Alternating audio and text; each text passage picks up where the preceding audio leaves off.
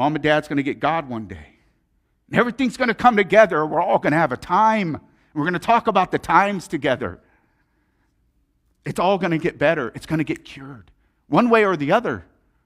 On this side or there. It's going to be all right. Hold on.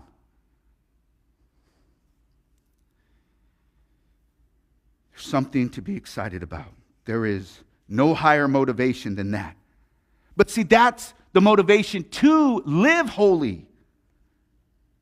And that is a life that can only happen through Christ. So we point people to that life, which is Christ.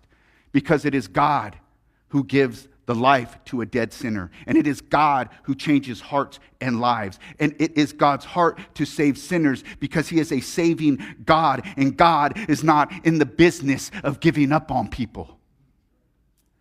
The old rugged cross was worth the rescue.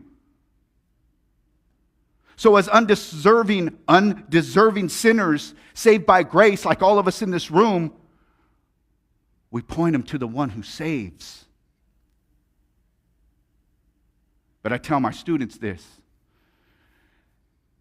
February of 2000, I gave my life to the Lord, and day one, I was an evangelist. I was already a recruiter in the gang affiliation, so it wasn't hard for me. It was kind of already in my DNA. But I had to keep it real. You know, when I laid my head down to sleep, if I didn't believe in what I was representing, I couldn't live with myself. And so when I knew God to be true, I couldn't go to sleep anymore as that gang member. So I gave it my all. I was a soldier for Christ. I was street witnessing. I was on the corner. We were in high schools.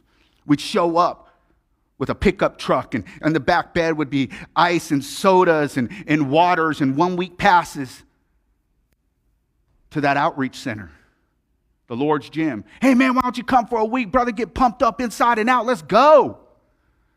We recruit.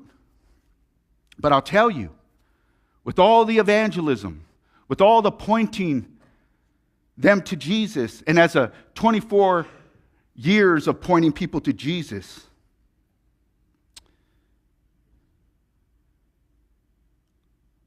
if we are still to call ourselves Christians and think we do not need the gospel to point people to Jesus, then we must have never understood the gospel to begin with.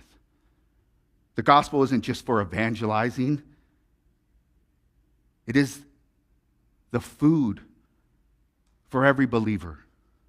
It is the truth of God's holy word that moves Christians to worship in him and point others to him.